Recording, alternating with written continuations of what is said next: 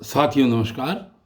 कल की वीडियो में आपने ये सुना था कि किस प्रकार श्री कृष्ण जी अर्जुन को समझा रहे हैं कि तुमको लाभ हानि, जीवन मरण इत्यादि सभी चीज़ों में, सभी वस्तुओं में एक समान व्यवहार रख करके तुमको अपना युद्ध लड़ने का कार्य करना चाहिए। और इसी में बाद में उन्होंने ये कहा था कि हे अर्जुन, ये जो तुमको अभी तक चीज़ें बताई गई हैं, ये ज्ञान योग की चीज़ें हैं, सांख्य योग की चीज़ें हैं। और अब उन्होंने बतलाना शुरू किया कि अब मैं कर्म योग के विषय में तुमको बताऊंगा। और कर्म योग के विषय में कल उन्होंने ये बताया था कि यदि कर्म करना प्रारंभ करोगे तो इसके दो लाभ हैं। एक तो ये कि ये कभी, अगर आपने प्रारंभ कर दिया तो ये कभी नष्ट नहीं होगा, अर्थात उसका कुछ न कुछ परिणाम अवश्य निकलेगा। दूसरे, इसका कभी विपरीत प्रभाव नहीं होगा, इसका कभी उल्टा फल आपको प्राप्त नहीं होगा। और तीसरे, यदि आपने कार्य प्रारंभ कर दिया, कर्म प्रारंभ कर दिया, तो ये आपके भय को हरने वाला होगा। आप भय से मुक्त हो जाएंगे। तो ये चीज़ें श्री कृष्ण जी ने कल बताई।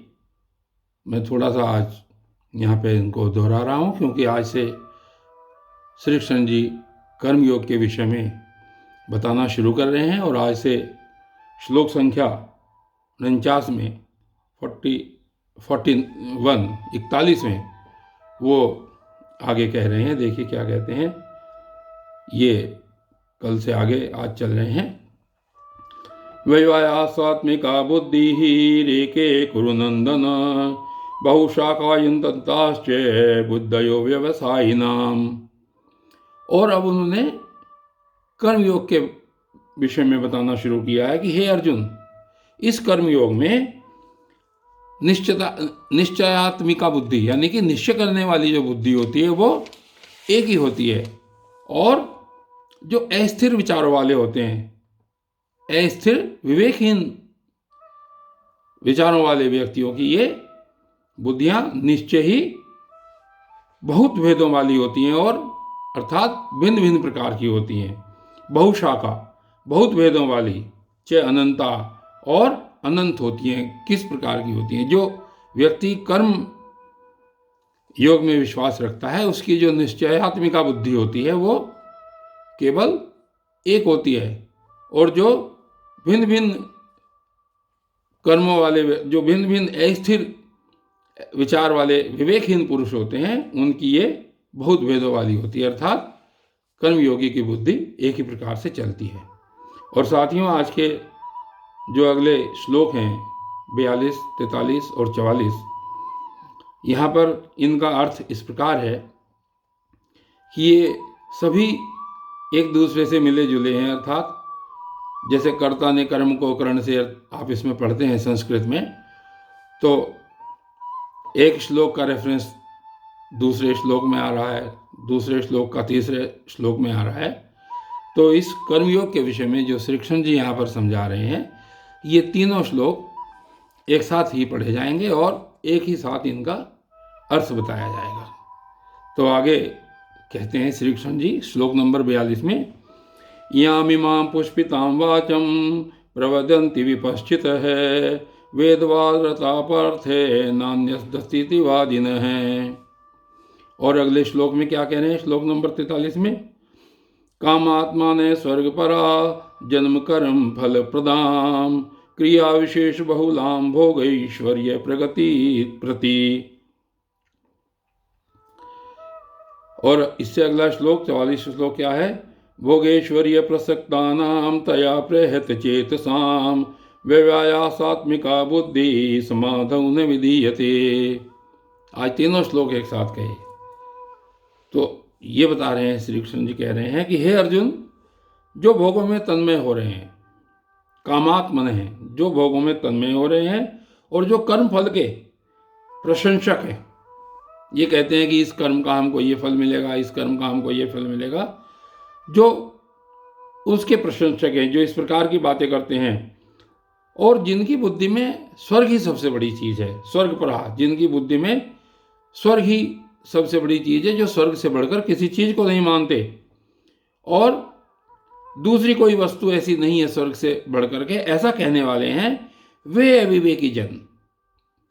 वे अविवेकी जन इस प्रकार जिस पुष्पित यानी कि दिखाऊ शोभायुक्त वाणी को कहा करते हैं, पुष्पिताम वाचम प्रवदंती कहा करते हैं, जन्म रूप कर्म फल देने वाली, जन्म कर्म फल प्रदान, जन्म रूप कर्म फल देने वाली, और भोगेश्वरीय गतिम प्रति, और भोग एवं ऐश्वर्य की प्राप्ति के लिए क्रिया विशेष बहुलाम, नाना प्रकार की बहुत सी क्रियाओं को वर्णन करने वाली हैं, तया उस वाणी द्वारा अपहृत चेतसाम, जिनका चित्त हर लिया गया है।